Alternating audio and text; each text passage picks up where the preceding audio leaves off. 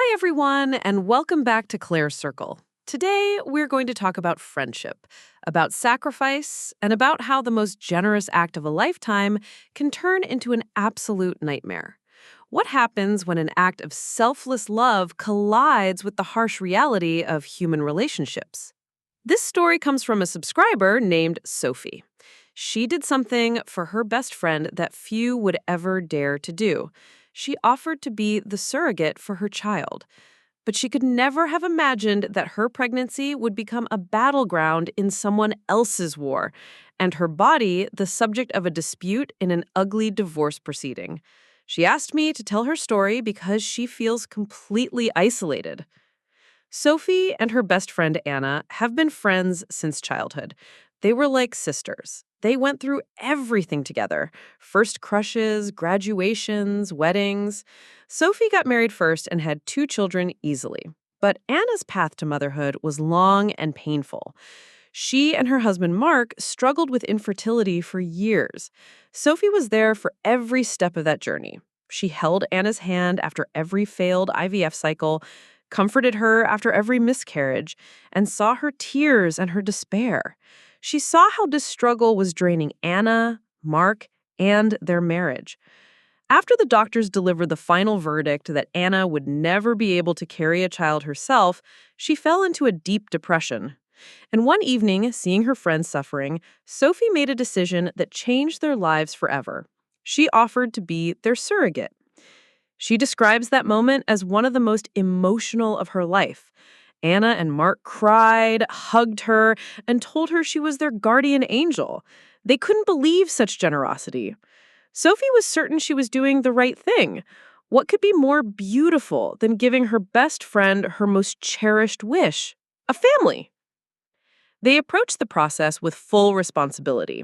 They signed a detailed legal contract that spelled out all the rights and obligations. Sophie went through all the necessary medical examinations. Anna and Mark's embryo was successfully transferred, and on the very first try, the test came back positive.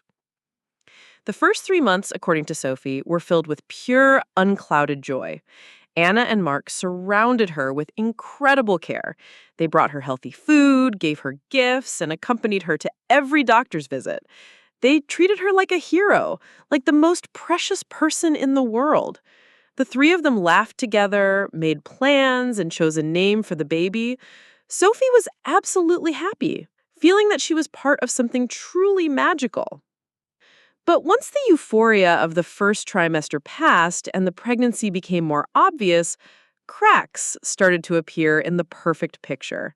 Sophie started to notice a growing tension between Anna and Mark. They started bickering at doctor's appointments over little things. They had completely different ideas for the nursery. Anna became increasingly anxious and controlling. She would text Sophie 10 times a day, asking what she ate, if she was sleeping enough, if she had lifted anything heavy. Her care started to take on a shade of panic. Mark, on the other hand, became more and more distant and quiet.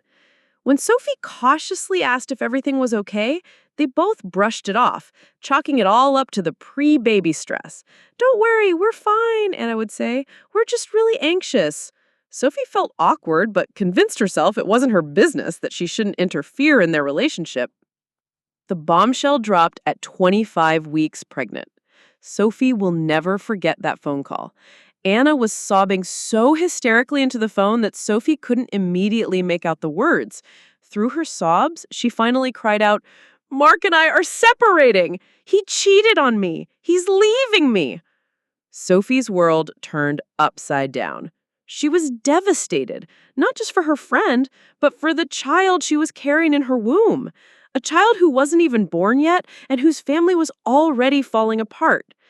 From that day on, her pregnancy transformed from a magical journey to a horror movie.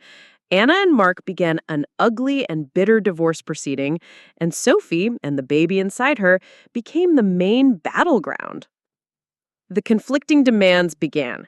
Anna declared that Mark would no longer be present at any doctor's appointments.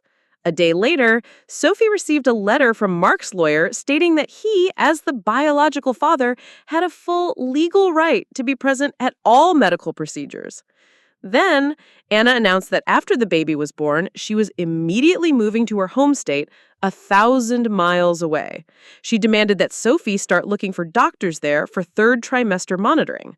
In response, Mark informed Sophie that if she tried to leave, he would sue her for breach of contract.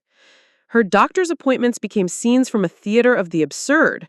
Anna and Mark would sit in different corners of the room, refusing to look at each other. They communicated through her.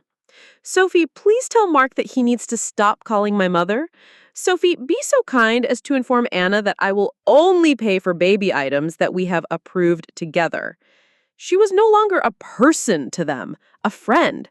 She had become just a container, a vessel that held their child and their mutual hatred. The last straw was the battle over the birth plan. Anna wanted only herself and her mother in the delivery room. Mark insisted on his right to be present at the birth of his child. They got into a hideous argument on the phone, looping Sophie into a three-way call. She listened to them screaming, feeling her stomach clench with stress, and right in the middle of their fight, she started having preterm labor contractions. She was rushed to the hospital. The doctors, thankfully, were able to stop the labor, but they delivered a stern verdict. Any severe stress could trigger them again, which was extremely dangerous at this stage. Lying in a hospital bed hooked up to an IV, Sophie stared at the ceiling and realized this couldn't go on. She realized her responsibility now wasn't to her friendship, not to the contract, but to the life and health of the baby she was carrying. She made a decision. After being discharged from the hospital, she called Anna and Mark separately, and she said the same words to each of them. You have 1 week to come to a legally notarized agreement about your conduct for the remainder of my pregnancy. No more conflicting demands, no more fighting in my presence. You will communicate with each other only through a court-appointed mediator. If you cannot do this, I will be forced to hire my own lawyer and file an injunction against you both for emotional distress and for endangering the pregnancy. Until you get your act together, you will receive information about the baby's condition exclusively from my doctors. Their reaction was predictable. They were both stunned. Anna called her a traitor for not taking her side in the divorce. Mark accused her of making things more complicated and trying to profit from the situation. And so now I'm lying here on bed rest trying to keep this baby safe. And the two people I did this for are treating me like an enemy. I started this journey as an act of love for my best friend. Now I don't even know who she is. So I have to ask, am I the asshole for laying down the law and threatening legal action against the intended parents of the baby I'm carrying, even though they're going through a painful divorce? Or am I right to do whatever it takes to protect my own health and the health of this baby from their toxic drama?